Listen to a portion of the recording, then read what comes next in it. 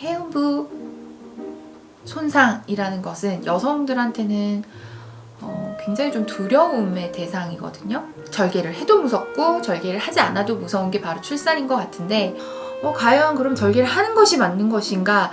과연 그게 가능한 일인가? 엄청나게 아프겠다. 네, 안녕하세요. 요가베입니다. 네, 이번 시간에도 지난 시간에 이어서 자연주의 출산에 대한 Q&A 시간을 한번 가져보도록 하겠습니다. 해음부, 절개, 그리고 후처치와 관련된 부분에 대해서 제가 느꼈던 부분을 설명을 좀 해드리려고 합니다. 저의 출산 영상에 달려있던 질문 중에서도 이것과 관련된 질문들이 많았었어요. 대부분 출산을 앞두고 계신 여성분들이 해주신 질문이었고, 자연주의 출산에서는 해음부 절개와 같은 그런 처치들은 하지 않나요? 사실은 자연주의 출산에 처음 마음 먹었을 때 가장 고민이 됐던 부분이 해음부였던 것 같아요. 이거 어쩔 수 없는 것 같아요. 여자들이라면 해음부 손상이라는 것은 여성들한테는 굉장히 좀 두려움의 대상이거든요. 절개를 해도 무섭고 절개를 하지 않아도 무서운 게 바로 출산인 것 같은데, 출산이라는 단어를 딱 떠올렸을 때 느껴지는 게 상상이 안 가잖아요. 과연 그게 가능한 일인가? 엄청나게 아프겠다. 뭐 이런 생각들이 굉장히 좀 그냥 아주 직관적으로 들잖아요. 자연분만 같은 경우에는 회음부 절개를 하고 있는데, 이 절개를 하는 이유가 좀 아이가 나올 때 해음부가, 이런 표현은 좀 그렇지만 마구잡이로 찢어지는 걸 방지하기 위해서 해음부 절개를 한다라고 저희는 이제 이렇게 알고 있기 때문에 과연 그럼 절개를 하는 것이 맞는 것인가, 하지 않는 것이 더 맞는 것인가에 대해서 좀 고민을 하게 돼요. 절개를 한 자연분만과 해음부 절개를 전혀 하지 않는 자연주의 출산 두 개를 다 경험해본 사람으로서는 후자가 절대적으로 만족스러웠어요. 그 자연주의 출산을 하게 되면 자연주의 출산 교육을 받게 되는데 해음부 손상이 좀 더 심하지 않나요? 이런 질문들이 항상 이제 나오더라고요. 근데 그 교육을 해주시는 졸라 선생님이 이렇게 말씀하셨어요. 우리 많은 산모분들이 회음부에 걱정을 많이 하시지만 사실 이 회음부는 그렇게 걱정하지 않으셔도 되고, 회음부로 인한 고통 이런 것들은 사실 그렇게 크게 차지하지는 않는다라고 답변을 해주셨던 걸로 제가 기억을 하고 있어요. 근데 어떻게 보면은 무서울 수 있는 답변인데, 저는 그때 그 답을 들은 순간에 좀 안심이 됐던 것 같아요. 어쩜 별일 아닐 수도 있겠구나, 그런 느낌이 들도록 말씀을 해주셨어요.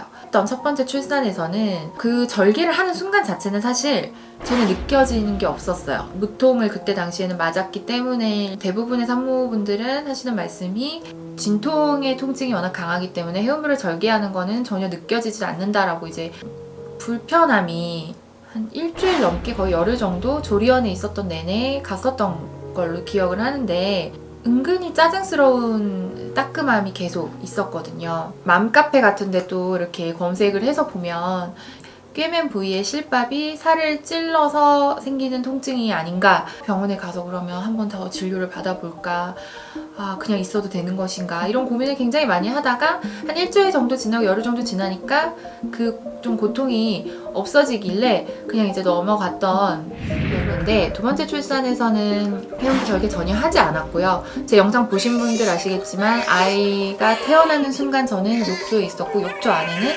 의료진이 이렇게 들어오셔서 어떤 처치를 해주시지는 않으셨잖아요. 사실 거의 찢어지지 않고 출혈도 거의 없었어요.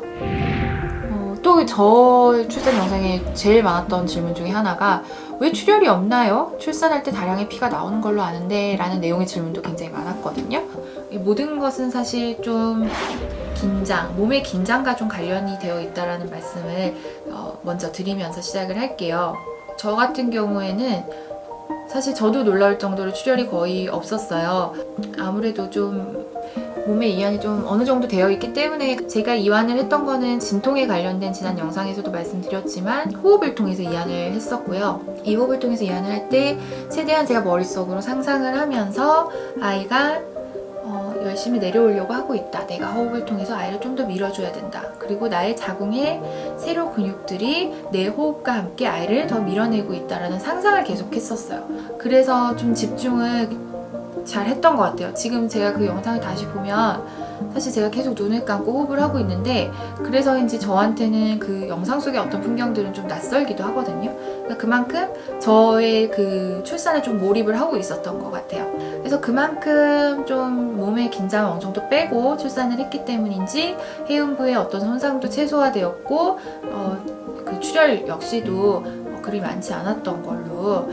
그리고 이 해운부 절개를 했을 때는 그런 불편함이 있었던 반면에 해운부 절개를 하지 않았던 자연주의 출산 이후에는 저도 되게 놀라울 정도로 출산하고 그 다음날부터 해운부 방석을 전혀 안 썼어요.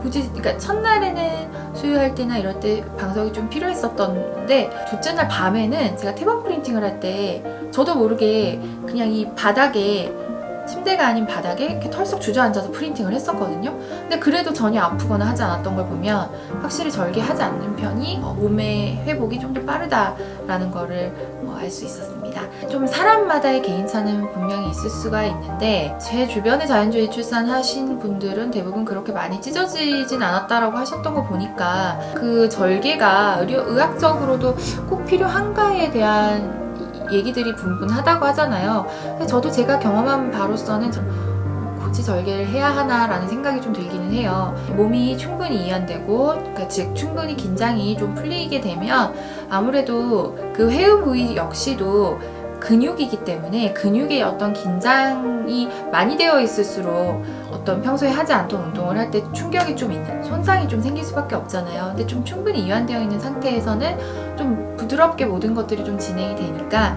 해음부 마사지라던가 명상을 통한 이완이라던가 이런 연습들은 자연주의 출산도 그렇고 다른 출산에서 좀 필요하지 않은가 말씀을 드리면서 오늘은 마무리할게요.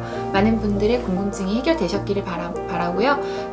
다음 시간에는 이 외에 나머지 질문들에 대한 Q&A 정리해서 답변 드리도록 할게요. 네, 그럼 또 다음 시간에 뵙겠습니다. 안녕.